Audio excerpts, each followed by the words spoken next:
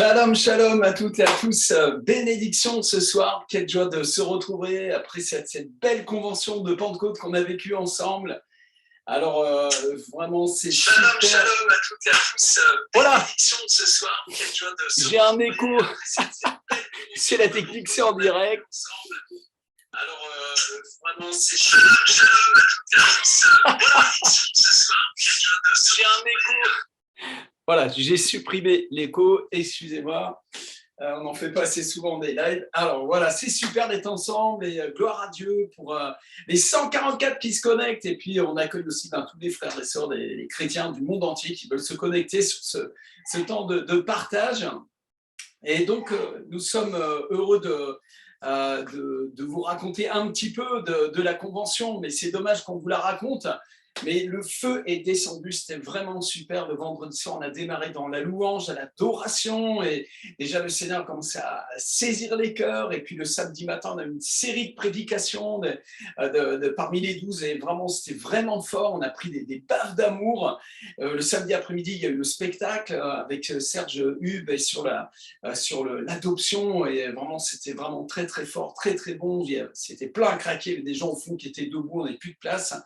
Et puis, nous avons vécu un temps très fort après le samedi soir avec le pasteur Paul qui a prêché, vraiment qui a amené un feu, qui a parlé à nos âmes de se repentir, de s'abandonner dans les bras du Père. Amen. Et puis, nous avons eu le dimanche matin un culte vraiment dans la gloire avec des baptêmes. C'était super de voir ces baptêmes, les familles qui étaient vraiment tellement bénies, particulièrement la famille Grandisson qui a été surpris. C'était la surprise pour papa et la maman, pour la petite dernière qui se faisait baptiser, ou l'avant-dernière, plus exactement. Et puis, nous avons eu évidemment le dimanche après-midi un temps pour les missionnaires, pour toutes les missions qui sont en train de grandir dans ce réseau apostolique. Alors, il y a eu des présentations de différentes associations, tout ça, et on a vu vraiment la richesse qu'il y a dans l'Église de Jésus-Christ. C'est incroyable, c'est fantastique. Amen. Et puis, le dimanche soir, je prêchais sur Romains 8,15 et sur l'esprit d'adoption. Et à la fin de la prédication, on a eu un temps de louange et le Saint-Esprit a fondu littéralement sur moi. Et je suis incapable d'expliquer aux gens ce qui m'est arrivé, tellement c'était fort. Les seuls mots que je pourrais donner, c'est, eh bien, j'ai goûté à l'éternité de l'éternité. J'ai été traversé par la puissance du Saint-Esprit. C'était vraiment phénoménal. Et après, j'étais visité par Dieu et descendais dans des profondeurs de mon âme. Je pleurais, je riais, j'avais des dimensions de guérison intérieure. C'était vraiment fort. Et puis, je me suis levé titubant et j'ai commencé à prêcher avec une expérience de la puissance de la résurrection. Et les gens qui étaient là ont bien vu que j'étais vraiment comme sous, et j'étais en train simplement d'annoncer que Jésus est vraiment vivant. Alléluia. Et le Saint-Esprit s'est répandu sur toute chair, et les gens ont commencé à être visités par Dieu.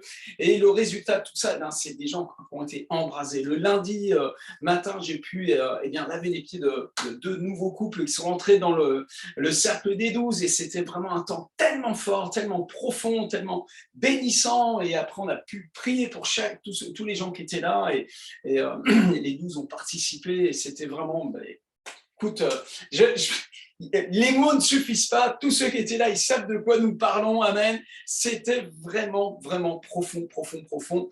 Et quand Pasteur Emmanuel était en train de finir la convention, elle avait le micro à la main. Je venais de sortir et je croise une jeune fille qui était ivre sous la puissance du Saint-Esprit, et je lui dis comment ça va, et elle me dit mais je viens d'être guérie de strabisme. C'est l'évangéliste Mike qui a prié pour elle, et en fait elle a été guérie. Ses yeux ont été guéris, quoi. Et donc, je l'ai ramené à l'intérieur. J'ai dit, attendez, c'est pas fini. Et le Seigneur a signé, il a mis le sceau à cette convention, la maison de prière pour toutes les nations, avec ce miracle de guérison. Et je crois que le message était arrêtez de loucher et faites la vision correctement. Voyez ce que moi je vois. Faites-le comme je voulais montrer dans ma parole. Amen. Alors ce soir, on va prêcher la parole. On va aller dans la parole de Dieu. On va aller chercher l'essence même de la parole.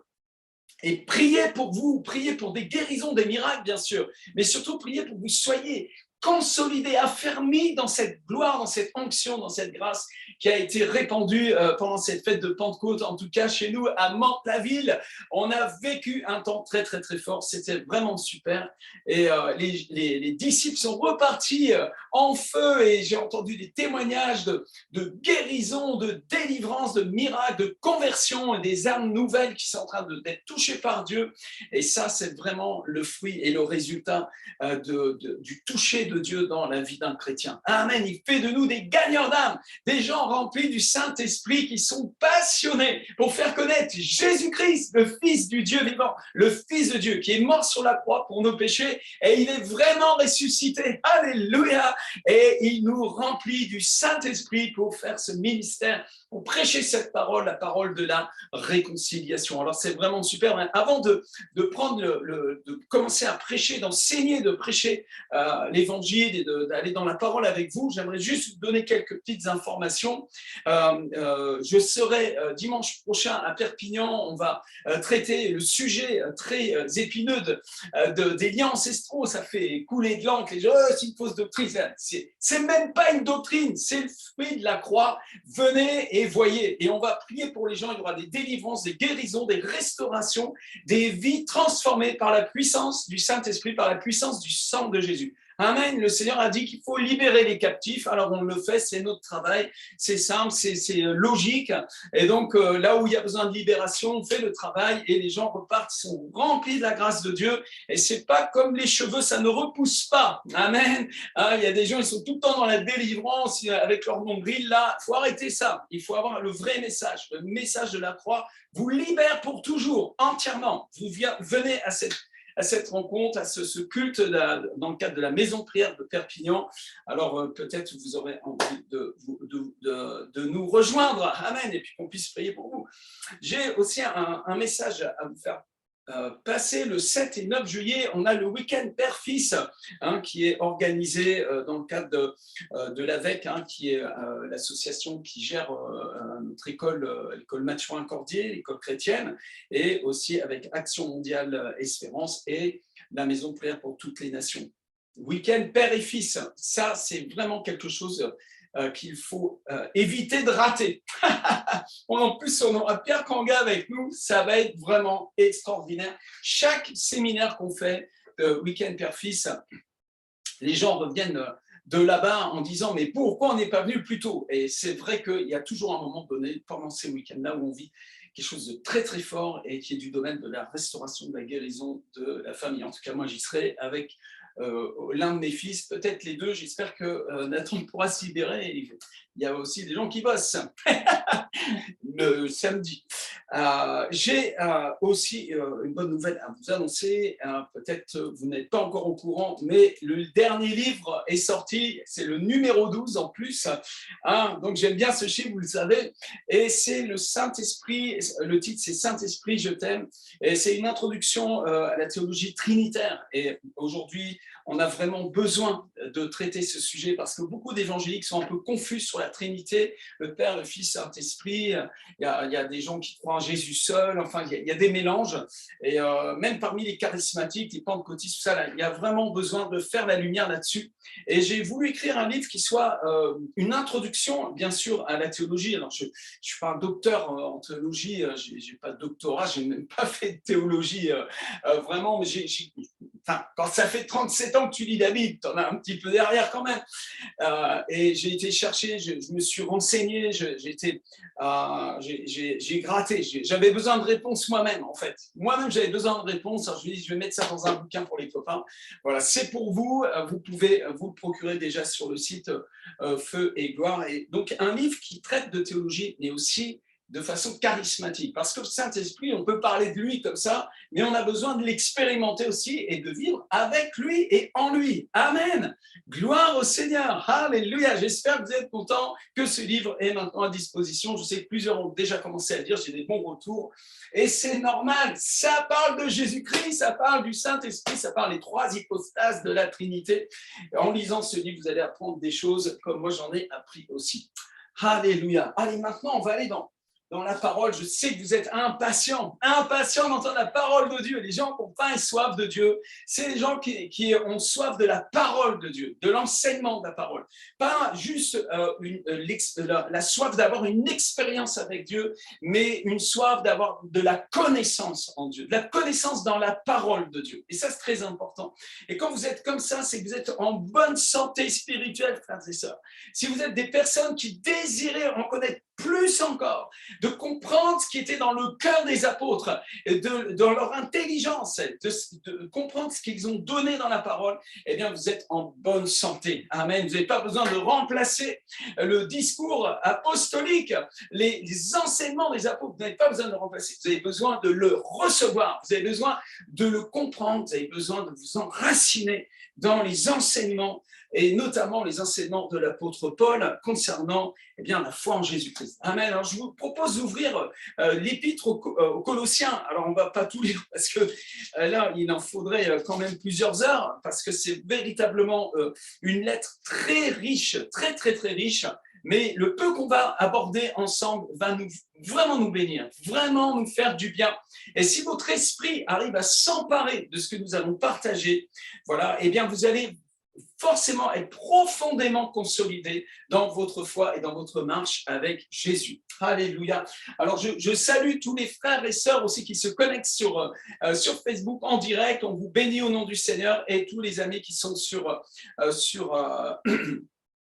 Zoom, merci de vous être connectés et aussi, eh bien, je salue tous les gens qui vont avoir cette vidéo sur YouTube par la suite et vous pourrez écouter cet enseignement aussi. Allez, on ouvre donc dans Colossiens et dès le premier chapitre et on démarre tout de suite avec je souligne ceci, colosse, ça veut dire monstruosité. Donc les chrétiens vivaient dans un endroit monstrueux. Il y a une monstruosité là, cet endroit. Quel est ce type de monstruosité? Je pense honnêtement que c'était le péché. Parce que le péché est monstrueux et ça fait faire des choses monstrueuses à l'être humain. Lui qui a été fait à l'image de Dieu, tout d'un coup, il commence à ressembler au père du mensonge, au diable, à des puissances de ténèbres. Alors, l'évangile a été prêché au cœur des ténèbres, dans une ville qui s'appelle monstruosité. Alléluia! Et l'évangile que nous prêchons a une capacité de nous délivrer. On lit tout de suite maintenant dans Colossiens au premier chapitre. Alors Paul, apôtre de Jésus-Christ, alléluia, par la volonté de Dieu, et le frère Timothée, aux saints et fidèles frères en Christ qui sont à Colosse, que la grâce et la paix vous soient données de la part de Dieu notre Père et du Seigneur Jésus-Christ. Nous rendons grâce à Dieu le Père de notre Seigneur Jésus-Christ et nous ne cessons de prier pour vous, alléluia, ayant été informés de votre foi en Jésus-Christ et de votre charité pour tous les saints à cause de l'espérance qui vous est réservée dans les cieux et que la parole de la vérité, la parole de l'évangile, amen, vous a précédemment fait connaître. Alléluia. Il est au milieu de vous et dans le monde entier, il porte des fruits et il va grandissant, comme c'est aussi le cas parmi vous depuis le jour où vous avez entendu et connu la grâce de Dieu conformément à la vérité, d'après les instructions que vous avez reçues d'Épaphras, notre bien-aimé compagnon de service, qui est pour vous un fidèle ministre de Christ et qui nous a appris de quelle charité l'Esprit vous anime. On va juste prier sur ce passage-là et on va développer ensemble, on va creuser ensemble. Mais je goûte tellement une présence de Dieu ce soir, c'est vraiment super. Et je sais que vous allez être vraiment, vraiment encouragés dans votre foi en Jésus. Peut-être quelqu'un est nouvellement chrétien, ça va t'affermir tout de suite, ça va te mettre tout de suite les pieds dans les rails correctement. Père, au nom de Jésus, merci pour ta parole et je me soumets au Saint-Esprit au nom de Jésus. Seigneur, je te prie que tu remplisses mon esprit, ma bouche de tes paroles, Seigneur, de ce que tu veux donner, de ce que tu veux faire dans le cœur des gens. Seigneur, donne-nous une intelligence surnaturelle de ta parole. Fais-nous pénétrer, Seigneur, ces endroits de révélation dans lesquels l'apôtre Paul a marché, dans les profondeurs, dans la hauteur, dans la largeur. en Christ, Seigneur. Père, au nom de Jésus, je bénis tous mes frères et sœurs et j'applique maintenant la puissance du sang de l'agneau, le sang de Jésus. Et je paralyse toute puissance des ténèbres qui veut intervenir, qui veut mettre de la distraction, de la confusion. Nous lions ces puissances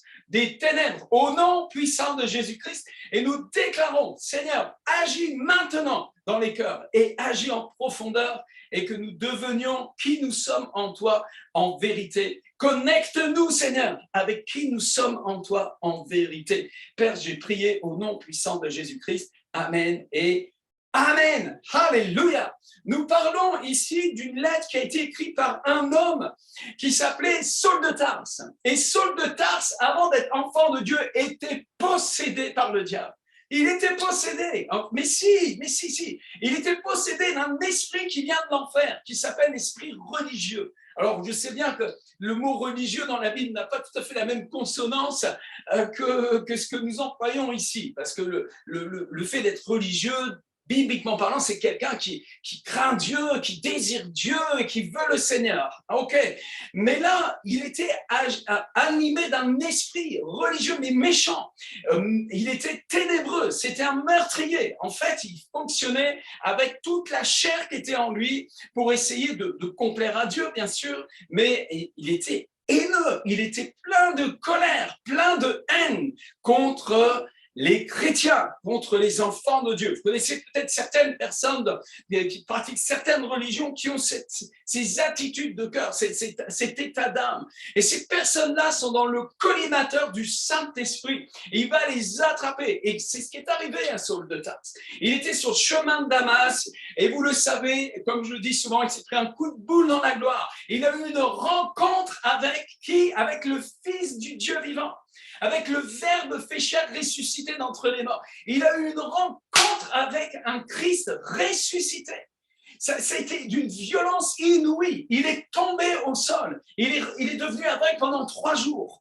Et il savait qu'il venait d'avoir une rencontre avec un être qui était surnaturel, qui était d'une autre dimension, d'un autre univers, d'un autre monde. Il savait qu'il avait une rencontre. Et qui es-tu? Il n'a pas dit qu'est-ce qui m'arrive. Il n'a pas eu l'impression d'avoir comme vous savez, des expériences émotionnelles un peu où on ne sait pas d'où ça vient. Là, il savait que quelqu'un lui parlait. Il savait qu'il était dans une rencontre, un face-à-face. Et ce face-à-face a bouleversé la vie de Saul de Tarse. Et son nom a été changé, et il a pris le nom de Paul, on l'a appelé Paul. Et il a commencé à prêcher l'évangile de celui qu'il a rencontré sur le chemin de Damas. Il faut vraiment que nous comprenions ceci. Il ne s'agit pas d'une philosophie, il ne s'agit pas d'un christianisme humaniste, il ne s'agit pas d'un système style Tupperware où on vend des chaussettes charismatiques, des gants de toilette et tu prends ça là, puis tu mets sur les yeux, t'es guéri. Comme on a pu voir dans les années passées des escrocs qui font ce genre de... Non, nous prêchons Jésus-Christ, nous prêchons l'évangile de Jésus, nous prêchons cet évangile qui a littéralement fait voler en éclats toute la religion de Saul de Tarse, qui était un juif engagé à fond la caisse. C'était un ultra-orthodoxe. Il était à fond la caisse dans son truc et Dieu l'a attrapé sur le chemin de Damas. Quelqu'un a besoin d'une rencontre avec Jésus et peut-être tu es à fond la caisse dans ton système religieux, tu te crois un super évangélique et tu vas avoir une rencontre qui va te désosser, qui va te bouleverser, qui va te circoncire le cœur. Je te la souhaite de tout mon cœur, mon frère, parce que si tu ne vis pas cette dimension-là, tu vas rester un religieux, tu vas être au ras les pâquerettes et tu ne vis pas le royaume. Ne me parlons pas d'une église évangélique. Ne me parlons pas du CNEF ou des choses comme ça. C'est des bonnes personnes, on les bénit et ils font ce qu'ils peuvent avec les moyens du bord et tout ça. Nous voulons vivre le royaume. Nous voulons vivre l'expérience, la puissance de la résurrection de Jésus. Vous comprenez? Il ne s'agit pas de mettre une étiquette humaniste dessus. Ce n'est pas quelque chose qu'on prend d'en bas et qu'on essaie de monter vers le ciel. Il s'agit de quelque chose qui vient d'en haut. Tout don parfait, excellent, descend d'en haut du Père des Lumières. ce dimanche soir de la Pentecôte, quelque chose a traversé mon esprit. La sainteté de Dieu, la gloire, le goût de l'éternité m'a foudroyé littéralement. Je tombais par terre sous la puissance du Saint-Esprit. Alors que nous étions en train de chanter à propos du sang de Jésus qui nous a rachetés. Frères et sœurs, le Seigneur Dieu sert, Jésus-Christ de Nazareth, il est vivant, il a vaincu la mort. Et nous lisons dans Colossiens bien, des choses qui vont normalement nous convertir à ce Jésus. Alors, il parle d'une grâce et d'une paix qui nous sont données de la part de Dieu notre Père et du Seigneur Jésus-Christ. Il parle à des saints qui sont en Christ. Ce soir, peut-être il y a quelqu'un qui dit, mais il est excité, ce mec-là, qu'est-ce qu'il a? Il a pris de la coke, qu'est-ce qui lui est arrivé? Calme-toi, écoute-moi, je suis en train d'annoncer quelque chose d'incroyable, d'extraordinaire, Jésus est vivant. Mais là, je m'adresse ce soir à des chrétiens, je m'adresse à mes disciples déjà, premièrement, et je m'adresse à toute oreille qui est devenue une oreille qui peut entendre à propos de la vérité ce soir. Je veux te parler à propos de Jésus. Et Paul était en train de parler à des gens qui étaient en Christ, ils n'étaient pas dans un système religieux, ils étaient en Christ le ressuscité. Et nous rendons grâce à Dieu le Père, notre Seigneur Jésus-Christ, et nous ne cessons de prier pour vous. Quand tu es brûlé par le Saint-Esprit, mon frère, la prière est devenue ta respiration, mais permanente. On a fait une réunion de prière, laisse tomber, c'est mort, c'est éclaté par terre ça. Non, nous ne faisons pas une réunion de prière. Nous vivons le feu de l'esprit 24 heures sur 24. 24 heures sur 24, une respiration, que tu dormes, que tu sommeilles, que tu veilles. Tu as une intercession du Saint-Esprit en toi.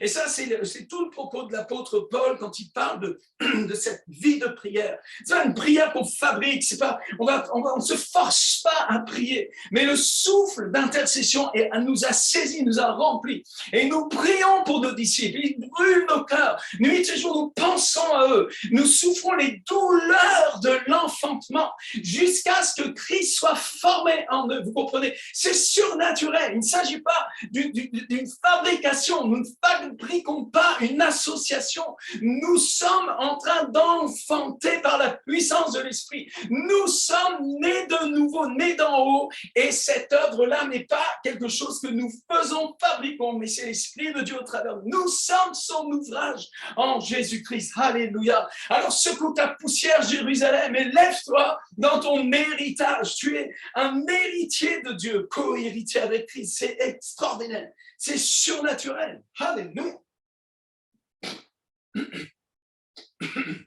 Si ça passe par le trou de la prière, ça va être compliqué de prêcher. Allez, on continue. On continue sur ce texte-là qui est profond. Et il nous parle, il nous souligne, il met ses saints, il rappelle à ses frères fidèles qu'il s'agit d'un évangile surnaturel. Il parle d'une parole de vérité, la parole de l'évangile qui vous a précédemment fait connaître et il est au milieu de vous dans le monde entier. L'évangile porte du fruit. Frères et sœurs, l'évangile est en train de, la vision est en train de faire exploser tous les jours. Les liens sont en train de brûler quand tu prêches l'évangile. Alléluia. Les captifs sont libérés quand tu prêches la bonne nouvelle de Jésus-Christ. Alléluia. Les malades sont guéris, les aveugles voient, les sourds entendent. Quand tu prêches la bonne nouvelle de Jésus-Christ, l'évangile, nous ne sommes pas en train de raconter une belle histoire sur Jéricho et puis les murs sont tombés, on a pris des trompettes, alors maintenant on va prendre des trompettes aussi, regardez nos trompettes, elles sont comme les leurs et tout. On ne parle pas de choses comme ça, nous parlons de Jésus, nous parlons du Fils de Dieu qui est vivant et qui veut vous toucher ce soir même. Ce soir, tu peux avoir une rencontre avec l'Esprit de Jésus, tu peux vivre une rencontre avec ce Dieu vivant. Je veux te parler de cet évangile. Je veux t'annoncer cet évangile. Et c'est l'évangile apostolique qui brûlait dans la vie de cet homme-là. Alors, il est dans une guerre spirituelle quand il écrit. Paul, il n'est pas en train de juste écrire un courrier. Salut les gars, j'espère que vous allez bien, le barbecue est bien, tout ça, ça va bien. Voilà, nous, on a du beau temps. Ouais, je vous aime, bisous, ciao, à la prochaine. Non. Cet homme-là, pendant qu'il est en train d'écrire, il combat les monstruosités de Colossiens. Il est en train de combattre l'idolâtrie, il est en train de combattre la religiosité. Il est en train de combattre des éléments terrestres qui s'opposent depuis le jardin d'Éden à la révélation du Père, à la révélation du Fils et à la révélation du Saint-Esprit. Et particulièrement la révélation de Jésus-Christ, parce qu'il est le chemin, la vérité et la vie. Et nul ne viendra au Père que par lui. Alléluia, parce que Jésus, lui, il est le Verbe de Dieu. Alors, on continue, on va avancer. Laissez-moi un peu de temps pour aller dans la parole ce soir. Alléluia, il porte des fruits, il va grandissant. Quelle paix, quel shalom, quelle bénédiction de servir un Dieu vivant comme ça. Quelle bénédiction. Il dit que cette espérance, cette grâce, au verset 5, nous est réservée dans les cieux. Amen. Oh, quand je serai mouru, alors un jour peut-être je serai béni. Mais non, les cieux sont ici déjà, nous sommes les habitants des cieux. Puisque tu es né de nouveau, puisque tu es devenu une nouvelle création, eh bien, tu es devenu les cieux. C'est ce que dit la Bible. C'est ce que dit la Bible. Regardez, je vous emmène, peut-être vous n'avez pas encore entendu cette histoire-là, allez dans Apocalypse au chapitre 12, très rapidement. Et on voit une femme qui est couronnée de 12 étoiles, qui est dans des douleurs d'enfantement, qui enfante un fils, et puis il y a un dragon qui veut attaquer, qui veut détruire le fils, qui fait la guerre à cette femme. Et on voit que cette femme, eh bien, il est écrit, et la femme s'enfuit dans le désert, verset 6, dans le désert où elle avait un lieu préparé par Dieu afin qu'elle y fût nourrie pendant 1260 jours. Donc ça se passe sur terre.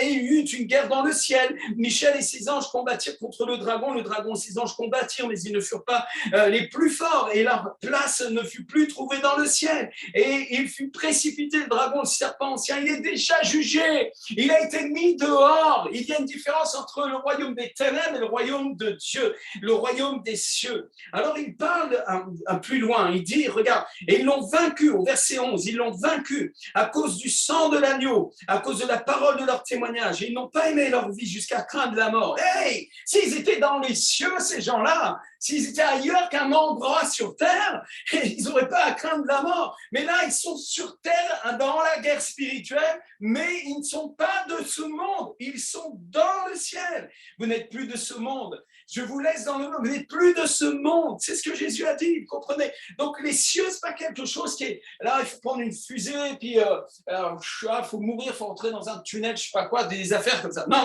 Les cieux sont déjà là. Si tu es né de nouveau, c'est fantastique, ça. Waouh, le voile a été déchiré. Regarde, il dit, c'est pourquoi réjouissez-vous cieux et qui habitez dans les cieux, malheur à la terre et à la mer, car le diable est descendu vers vous, animé d'une grande colère, sachant qu'il a peu de temps. Alléluia, quand le dragon vit qu'il avait été précipité sur la terre, il poursuivit la femme qui avait enfanté l'enfant mâle, et les deux ailes du grand aigle furent données à la femme, afin qu'elle s'envolât au désert vers son lieu où elle est nourrie un temps des temps, etc. Et nous voyons ici que ceux qui sont de la postérité, eh bien, il les combat, mais il ne les trouve pas, il ne peut pas vaincre. Il ne peut plus vaincre ce que Christ a mis en nous. En fait, Christ en nous ne peut pas être vaincu. Vous comprenez? Même si, Jésus a dit, même si celui qui croit en moi, même s'il meurt, il ne mourra pas. En vérité, celui qui croit en moi ne mourra jamais. Et même s'il meurt, il vivra. Parole de Jésus, vous comprenez? Parce que nous sommes devenus de cette nature du ciel, comme nous sommes en Jésus-Christ. Donc, il ne s'agit pas d'une religion évangélique, il s'agit d'une nouvelle création. Et est-ce que tu crois cela? Est-ce que tu le crois maintenant? Parce que ça, c'est très important. Alors, par le sang de Jésus, maintenant, nous sommes plus que vainqueurs. Alors, nous continuons. Nous allons aller en profondeur dans Colossiens. Regardez, c'est fantastique. Quelle bonne nouvelle. C'est une bénédiction. Notre bien-aimé, alors il parle de ce bien-aimé d'Épaphras, qui est un des disciples, compagnon fidèle du ministre de Christ, fidèle dans l'apostolat de l'apôtre Paul. C'est un de ces hommes qu'il a pu trouver, à qui il a pu confier cette parole. Vous vous souvenez comment Timothée, il l'exhorte à trouver des hommes fidèles à qui il pourra confier cette parole. Et on voit que Timothée est en train de marcher avec Paul. Il y a une dimension de cœur, de relation de cœur, hein, comme Jean qui posait sa tête sur le cœur de Jésus. Et c'est des disciples et des leaders remplis d'amour, de grâce, et qui marchent ensemble, qui sont remplis par le Saint-Esprit, et qui font la vision du Maître de faire de toutes les nations des disciples. Alors, Épaphras faisait partie de ce type de personne. Et Épaphras avait fait un rapport sur le ministère et avait dit à Paul et combien, eh bien, l'Esprit de Dieu avait rempli d'amour, littéralement, de la charité du ciel, la charité du Christ, vraiment, brûler les cœurs. C'était à cet amour, ils connaîtront que vous êtes médis. C'est pas un amour humaniste, tu sais, où il y a de la blague, tu sais. Non, c'est vraiment, il y a un cramage au passage, là. Il y a quelque chose de fort qui se passe. C'est vraiment fort. Vous comprenez? Alléluia. Cette dimension-là, nous la voulons dans l'Église de Jésus-Christ. Amen. Alors au verset 9, là c'est très fort. C'est pour cela que nous aussi, depuis le jour où nous avons été informés, nous ne cessons de prier pour Dieu pour vous et de demander quoi? Que vous soyez remplis de la connaissance de sa volonté. Alléluia. Il n'est pas en train de prier pour que votre portefeuille soit rempli, mais pour que votre esprit soit rempli, que votre intelligence soit remplie, de la connaissance de quoi? De sa volonté. Oh, faire des disciples qui font la vision de Jésus, des disciples qui comprennent la volonté du Père. Dans chaque détail de ma vie, chaque détail, chaque façon d'être, de faire, c'est pas une question de comprendre des choses, c'est une question de les intégrer, de les incarner littéralement dans tous les domaines de ma vie. Amen. Quelle est la volonté du Père? En toute sagesse et intelligence spirituelle. Donc, ça concerne non seulement ma vie du quotidien, mais ça concerne surtout ma relation en Dieu, ma relation au Père par Jésus-Christ. Dans la puissance du Saint-Esprit, j'ai vraiment besoin d'être très éclairé sur ces points-là. Vous ne croyez pas? Ou est-ce que vous préférez une sorte de christianisme un petit peu superficiel? Je crois un petit peu de ceci, un petit peu de cela, un peu de saupoudrage. Alors, je vais un peu sur des sites qui font des émissions sympathiques et les gens qui sont contents, qui sourient et tout ça. Et puis je prends un peu là, un peu là, un peu ci. Et puis en fin de compte, vous ressemblez à ce à quoi vous nourrissez, c'est-à-dire des miettes. Et vous êtes émiettés et vous n'avez pas le poids de la foi. Vous n'avez pas le poids de la gloire parce que vous êtes coupés en 1000 morceaux et vous ne faites pas la vision. Vous n'êtes pas rentrés dans le chemin des disciples qui font la volonté du Père. Et c'est ça qui manque. Alors, il y a une légèreté, là. Il y a un manque de profondeur. C'est évident.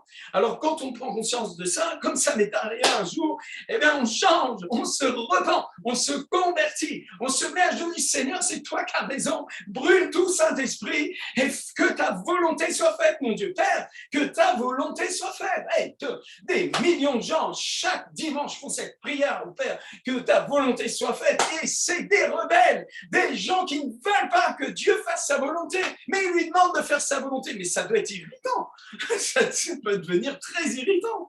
Non, Dieu est tellement patient, tellement bon avec ses enfants, qu'il patiemment, il envoie des ministères, il envoie des prophètes, il envoie des prédicateurs, il a envoyé sa parole et les guérit. Et le Seigneur veut nous restaurer dans sa vision. Il dit encore, regardez, c'est pour ça que nous prions, pour que la connaissance à volonté, en toute sagesse spirituelle, pour que vous marchiez d'une manière digne du Seigneur et lui être entièrement agréable. Alléluia! Qui veut être entièrement agréable au Seigneur? Mais Dieu est sensible, vous savez, c'est une personne sensible. Sinon, il ne devrait pas être très sensible. Hein.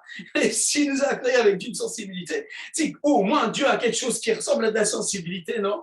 Alléluia. Portant des fruits en toutes sortes de bonnes œuvres et croissant par la connaissance de Dieu. Waouh! Non seulement nous sommes faits pour envahir le monde avec des bonnes œuvres, amen. Mais c'est fantastique. Dieu donne une énergie vraiment pour bâtir, pour construire, pour changer la vie des gens. Il y a des chrétiens qui doivent recevoir des inventions extraordinaires qui vont changer la vie des gens. Amen. Des fois, Dieu, il cherche un chrétien, il trouve pas, il voit un païen, il dit, viens ici, tiens, prends ça, fais-le moi. Vous savez, les gens qui s'occupent des autres, jamais ils perdent. Jamais. Tu ne perds jamais quand tu t'occupes des autres. Jamais. Parce que Dieu est là dans cette affaire-là. Alléluia. Des gens même ne connaissent pas le Seigneur, ils sont dans les affaires du bon Dieu, ils ne savent même pas. Peut-être un jour on leur dira, entre, mais vous êtes qui, monsieur? C'est marrant parce que l'histoire est dans l'autre sens, là. Et on voit dans Matthieu 25, mais quand est-ce qu'on t'a vu avoir faim? Et on t'a donné à manger? Quand est-ce qu'on t'a accueilli? À chaque fois que tu l'as fait un plus petit de mes frères, c'est à moi que tu l'as fait. Oh, il y a des choses ici. Qui sont les frères de Jésus-Christ? Ce sont ceux qui écoutent la parole de Dieu et la mettent en pratique. Voici celui qui est mon père, ma mère, mon frère. Jésus a dit ces choses-là. Amen. Alors moi, je veux m'approcher maintenant de ce fire qu'il y avait dans le cœur de Paul, dans la vie de Paul. Je veux manger maintenant ce fruit-là. Je veux m'en nourrir. Et là, qu'est-ce qu'il dit encore? Il dit que vous soyez entièrement agréables, portant du fruit en toutes sortes de bonnes œuvres et croissant par la connaissance de Dieu. Écoute bien, au verset 11. Fortifié à tous égards par sa puissance glorieuse. Alléluia. Mais moi, cet évangile-là, j'aime ça. J'aime ça. Combien sont des gens? Regardez notre pauvre monde. Regardez la misère de cette société. Il suffit juste d'allumer la télé un petit peu, de voir des fausses personnes joyeuses. La fausse joie, c'est ce qui m'horripile le plus. On vous vend de la fausse joie, des jolies femmes bien maquillées, tout bidon, c'est des gens qui ont des envies de suicide. Et j'ai mal pour l'humanité. Je ne suis pas en train de jeter des pierres, regardez, ils sont méchants. Je ne suis pas en train de vous dire ça. J'ai de la compassion pour pauvre monde perdu, pauvre monde, des pauvres âmes captives du malin, hein, qui en sont arrivés à des choses abominables, parce qu'ils se sont laissés emporter par le péché. Pauvres âmes. Combien de personnes ici sont dans la dépression? Ils sont cassés à l'intérieur, cassés à l'extérieur, cassés à l'intérieur. Là, tout à l'heure, j'ai croisé une famille. Ils étaient en train de mettre des bouteilles en plastique, 1 centime la bouteille. Et ils ont l'impression de gagner leur vie, tu sais. J'avais de la peine dans mon cœur. Je voyais ces personnes-là qui dans leur bulle, tu peux même pas rentrer, tu vois. Je voudrais te parler de Jésus, tu vois. Mais je sentais que je ne pouvais pas rentrer à cet endroit-là. Que Dieu puisse les toucher, ces personnes-là. Que Dieu puisse le faire. Mais en tout cas, il y a beaucoup de gens autour de nous qui ont besoin de recevoir cette bonne nouvelle, cette grâce, cette bonté, cette force, cette puissance glorieuse. Et quand tu as donné ta vie à Jésus-Christ, que tu es né de nouveau, il y a cette honte, ce qu'on appelle l'onction, que tu as reçue au moment de la nouvelle naissance. Elle te fortifie glorieusement. Un chrétien n'est pas quelqu'un qui est faible dans la foi. Un chrétien est quelqu'un qui est fort dans la foi. Pas une force qu'il fabrique lui-même, mais une force qui vient du ciel, du Dieu vivant lui-même. Quelqu'un a besoin de recevoir ça maintenant. Tu ne peux pas être dans la dépression. Tu ne peux pas être dépressif. C'est pas, si tu es dépressif, et bien sûr, il y a des gens qui sont dépressifs, bien sûr. Tu peux avoir de la dépression, tu peux être dépressif. Mais quand tu es dépressif, ça veut dire que à l'intérieur, là, quelque chose n'est pas connecté correctement. Peut-être tu crois des mensonges. Il y a des gens qui croient qu'ils ne s'en sortiront jamais dans la délivrance. Oh, j'ai des démons, prie pour moi, j'ai des... Ah, mais qui t'a dit ça? Oui, j'ai été voir un tel, elle m'a dit que j'ai un esprit humain. Où ça? Comment? Pourquoi cette personne t'a pas fait ta délivrance? Elle a dit d'un esprit humain, toi. Où c'est que tu as vu ça? Montre-moi dans la Bible où tu as reçu un esprit humain. C'est bidon, c'est des fausses croyances et les gens se perdent là-dedans. Mon frère, ma soeur, ta foi doit être enracinée en Christ. Si nous te prêchons, ce n'est pas pour te dire que tu as des démons, nous te prêchons pour te dire que tu es le temple du Saint-Esprit et que tu as été racheté par le sang de l'agneau. Amen. Et s'il y a encore des esprits planqués quelque part, ils vont dégager. Mais rapidement, ça n'a pas à rester, c'est impossible. Regarde cette grande lumière qui est venue dans ta vie, en sorte que vous soyez toujours et avec joie, persévérant et patient. La vie chrétienne est excellente. Moi, je suis dans la joie. Les gens me connaissent pour quelqu'un de joyeux, mais persévérant. Mais t'as un feu, tout ça. Je dis non, je n'ai pas un feu, c'est le feu qui marche. Alléluia. Cette persévérance, elle est surnaturelle. Reçois ça ce soir. Reçois cette persévérance. Reçois-la. Et la patience. La patience, elle grandit au travers des épreuves. La patience, elle grandit au travers des combats. La patience, quand tu as des brisements, quand tu as des épreuves qui arrivent dans ta vie, de la souffrance, et tu es là, c'est dur à vivre. Eh bien, tu sais ce que ça produit? De la patience. Et quand tu as de la patience qui vient, tu deviens comme un marathonien. Tu vas pouvoir courir la course de la foi et devenir un outil, un instrument dans les mains du Seigneur. Regarde, au verset 12, il dit « Rendez grâce au Père qui nous a rendus capables, d'avoir part à l'héritage des saints dans la lumière. » Mais ça, c'est dinguerie. Réfléchissez juste un instant à ça. Il nous a rendus capables d'avoir part à l'héritage des saints dans la lumière. En fait, il nous a rendus capables, il nous a donné le pouvoir de devenir enfants de Dieu. Il ne nous a pas donné une adhésion à l'association des nuls. Il nous a donné la capacité d'être un enfant de Dieu, un fils héritier, une fille héritière du Dieu vivant. Pense à ça. Pense-le profondément. Ne pense plus que à ça, en fait. Médite ça, nuit et jour, jusqu'à ce que ça craque à l'intérieur. Que l'esprit orphelin, c'est toute cette impression que Dieu ne t'aime pas, qu'il est éloigné de toi, que ça dégage, que ta foi embrasse, que cette forêt d'arguments brûle par la foi dans la vérité qui est en Jésus-Christ. Il t'a rendu capable d'avoir part à l'héritage des saints dans la lumière, et qui nous a délivrés de la puissance des ténèbres et nous a transportés dans le royaume du Fils de son amour. Les gens qui font des films de science-fiction, tout ça, ils devraient s'intéresser là et nous le montrer un petit peu. Mais nous le vivons, nous n'avons pas besoin d'un film de science-fiction. Nous avons expérimenté ça. Moi, j'étais dans les profondes ténèbres, j'étais un sorcier avant de me convertir. Vraiment, je faisais de la divination, j'étais violent, j'étais un voleur, j'ai tué tous les trucs là. J'aurais mérité d'aller en prison, je ne vais pas tout vous dire. Oh mon Dieu, Dieu m'a fait grâce. Et quand je suis né de nouveau, c'était une guerre incroyable, parce que j'étais plein de démons, j'avais des pactes avec le diable. Hey, j'avais pactisé avec Satan, j'écrivais des poèmes à Lucifer, de ces trucs-là. Et quand j'ai invoqué le nom de Jésus, je suis né de nouveau à l'intérieur. Et là, il s'est produit un truc. Il m'a arraché les ténèbres et il m'a transplanté dans le royaume du Fils bien-aimé. Par sa puissance, par la puissance de sa grâce. J'ai juste invoqué le nom de Jésus. Est-ce que je méritais ce salut? Pas du tout. Mais ce jour-là, ce jour glorieux, il y a 37 ans, Jésus m'a sauvé. La Bible dit « Quiconque invoquera le nom du Seigneur sera sauvé ». Mais j'ai pris un temps incroyable pour arriver à comprendre ce qui s'était passé exactement. Et ici, la Bible nous dit qu'il nous a délivrés de la puissance des ténèbres. Quand ça s'est arrivé, eh bien, moi, je vous invite maintenant à pique-niquer à Golgotha. Viens avec moi à Golgotha. Je vais te prendre par la main et je vais t'emmener à Golgotha, au pied de la croix, là où le péché a fini son règne, là où Satan a été dépouillé pour l'éternité. Alléluia. Jésus était tellement rempli de foi que quand il marchait parmi les hommes, il n'était même pas encore crucifié. Il a dit, Satan est déjà jugé. C'est fini pour lui. Déjà, c'est fini. Il s'est tourné vers ses disciples et a dit, déjà, vous êtes purs à cause des paroles que je vous ai donné. Oh, nul ne peut arracher la brebis de ma main. Mon Dieu, quel évangile! C'est incroyable, c'est fantastique. Qu'est-ce qui s'est passé à la croix? Jésus lui a mis la pâtée éternelle. C'est fini.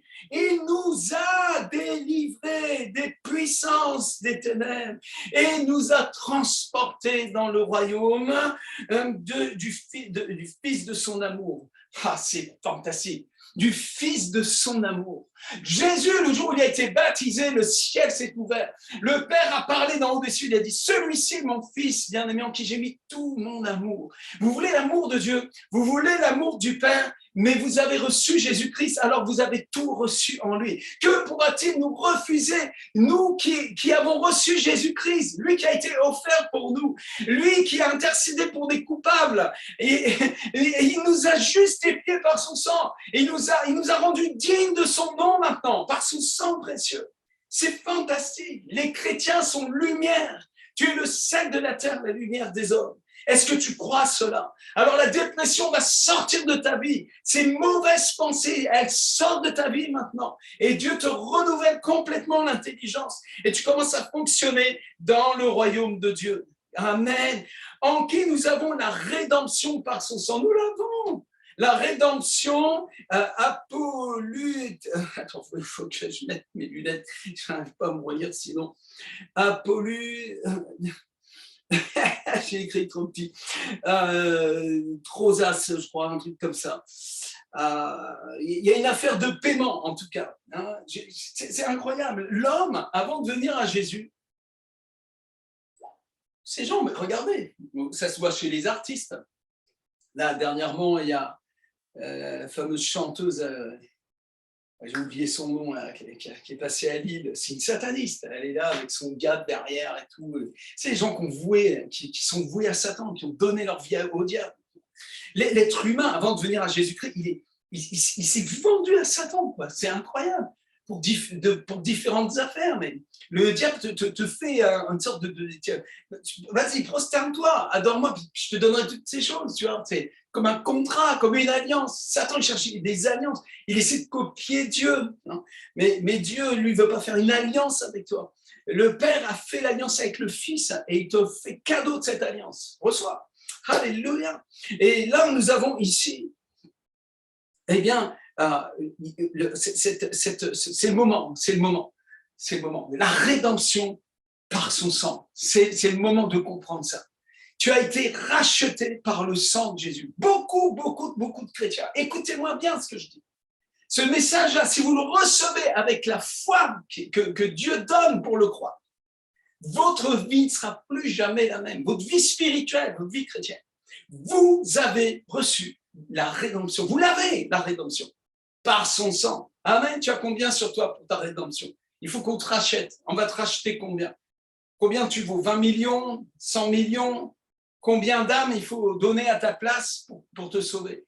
Eh bien, l'âme de Jésus a été donnée. Christ a été offert pour toi. Le sang de Jésus a été versé. Ce sang-là, c'est le message. Le sang de Jésus est le message des apôtres. Le sang de Jésus et le message de l'Église maintenant même. Amen. La rédemption par son sang. Nous avons été rachetés. Et la rémission des péchés. Amen. Le mot rémission, aphésis, en grec, parle de délivrance. Alléluia. Il y a des péchés dans la vie des gens. Mais vous avez été délivrés.